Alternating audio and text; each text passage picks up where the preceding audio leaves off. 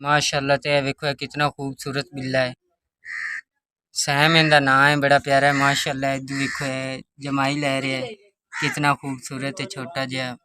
मैनू बिल्लियां बिल्ले बड़े पसंद ने। मैं जिंदगी ये जानवर ज्यादा पसंद किया है, चाहे वो आम क्यों ना हो। माशाल्लाह कितना खूबसूरत लगता पे। अखी वेखो कितनी सोहनियां ने दी माशाल्लाह। बिस्मिल्लाहिर्रहमानिर्रहीम। अस्सलाम वालेकुम। की हाल चाल मेरे बहन भाई, उम्मीद करना तुम ठीक हो सो। अल्हम्दुलिल्लाह से थोड़ी दुआ में ठीक ठाक है। आज का व्लॉग शुरू करने तो पहले मेरी एक छोटी रिक्वेस्ट है कि मेरी वीडियो लाइक किया करो और मेरे चैनल को सब्सक्राइब कर लो, ताकि मेरे आ रहा वीडियो थोड़े तक आसानी पहुँच सके। जिथे भी रहो खुश रहो, बात रहो, हंसते मुस्कुराते रहो। साड़ी दुआवां हमेशा थोड़े नाल ने। हाँ जी माशाल्लाह। तो बच्चे जो है ना हम मदरसे चो आ रहे हैं वापस, बच्चों ने छुट्टी हो गई। अल्लाह रखा तो मोहम्मद अजीम भी आ रहे हैं, पीछे गुलाम हुसैन भी आ रहे, सिपारा उनके कोल भी। हाँ भी अल्लाह रखा, छुट्टी हो गई। सबक अगला सुना दिता, नवा सबक ले लिया मुस्तानी जी को।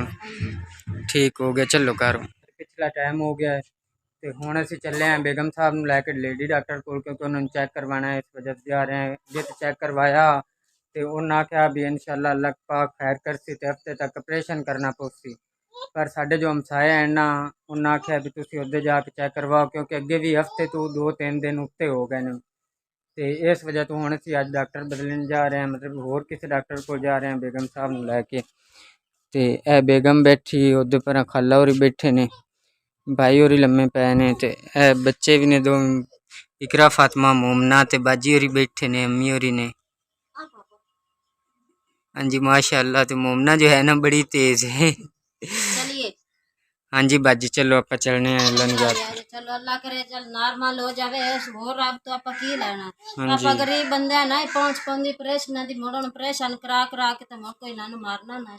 मेरे आधे ऑपरेशन होए ने, ऑपरेशन तो पीछे बंदा ता जलील हो जाता है, कमजोर हो जाता, ना मुड़ घर दा हुंदा तो ना बाहर दा हुंदा। तगा खाद खुराक गरीबा बंदियां दी हुंदी कोई नहीं। अल्लाह की जात करे तो जेडे हुण रुपये लगते हैं भी वखरे। अल्लाह की जात करे जो नॉर्मल हो जाए तो वो बेहतर है। चलो आ जाओ, चलो आ जाओ। हाँ जी तो हुण अल्लाह नूं याद करके असीं जा रहे हैं। अम्मी जी दुआ करिया है ते अल्लाह पाक खैर करसी। जा बिस्मिल्लाहिर्रहमानिर्रहीम, बिस्मिल्लाह तवक्कलतु अल्लाह ला इलाहा इल्ला बिल्लाह अल अज़ीम। हाँ जी तो डॉक्टर जो है ना वो साढ़े नेड़े ही है, मतलब घर दे। इस वजह तो असीं पैदल जा रहे हैं। तो नाले मोटरसाइकिल तो डॉक्टर पिछली दफ़ा भी मतलब मना किया हो सके भी मोटरसाइकिल के उत्ते सफ़र नहीं करना ज़्यादा। तो बेगम होरी ने बाजी तो इकरा फातिमा भी साढ़े नाल जा रही, उस भी जिद कर ली भी मैं भी नाल ही जाना। तो असीं आख्या भी चल आ जा, तैनूं भी नाल ले चलने हैं। तो फिलहाल असीं रस्ते च आए अगां जाके तो पता लग जासी, अल्लाह पाक खैर करसी। हाँ जी तो हुण अल्लाह किता तो वापस घर आ गए हैं।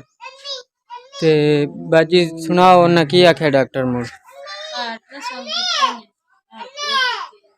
की आंदे हैं ते केस के बारे की आखे? केस के बारे उन्हें अल्लाह कर से नॉर्मल हो जैसी है उन्हें नॉर्मल दसिया, मोड़ तो अच्छा हो गया। हाँ जी तो देखो जी मोमना जो है ना रोला घात के बैठी, क्योंकि पखा बंद है। अगर पखा चलता हो तो यह भी ठीक रही, या पखा बंद होंगे या बिजली जाती, उस टाइम ये रोला पाना शुरू कर देंदी। अल्लाह किता है तो अल्लाह पाक का लख लख शुक्र है। अगर उन्हें आख्या भी रिपोर्ट नॉर्मल आ गई, क्योंकि सन तो बड़ी परेशानी ऑपरेशन पर हूँ। तो यह जी रिपोर्ट अल्ट्रासाउंड की अज जी 18 तरीक 8वां महीना तो सन 2023 हो गई। रिपोर्ट सारी हाँ जी तो अल्लाह पाक का लाख लाख शुक्र है कि चलो इतना तो कन्फर्म होया ना कि केस जो है वो नॉर्मल हो जाती। क्योंकि अगे जो डॉक्टर लेडी डॉक्टर ने चेक करवाया ना तो उस आख्या भाई ये हफ्ते बाद तकरीबन हफ्ते बाद ऑपरेशन ही करना पौसी।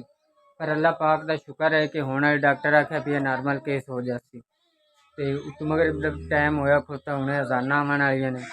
ते अज दा व्लॉग आप इत्थे खत्म करने इंशाअल्लाह अज़ीम। अगर जिंदगी फिर मुलाकात होसी। खुदा हाफिज़।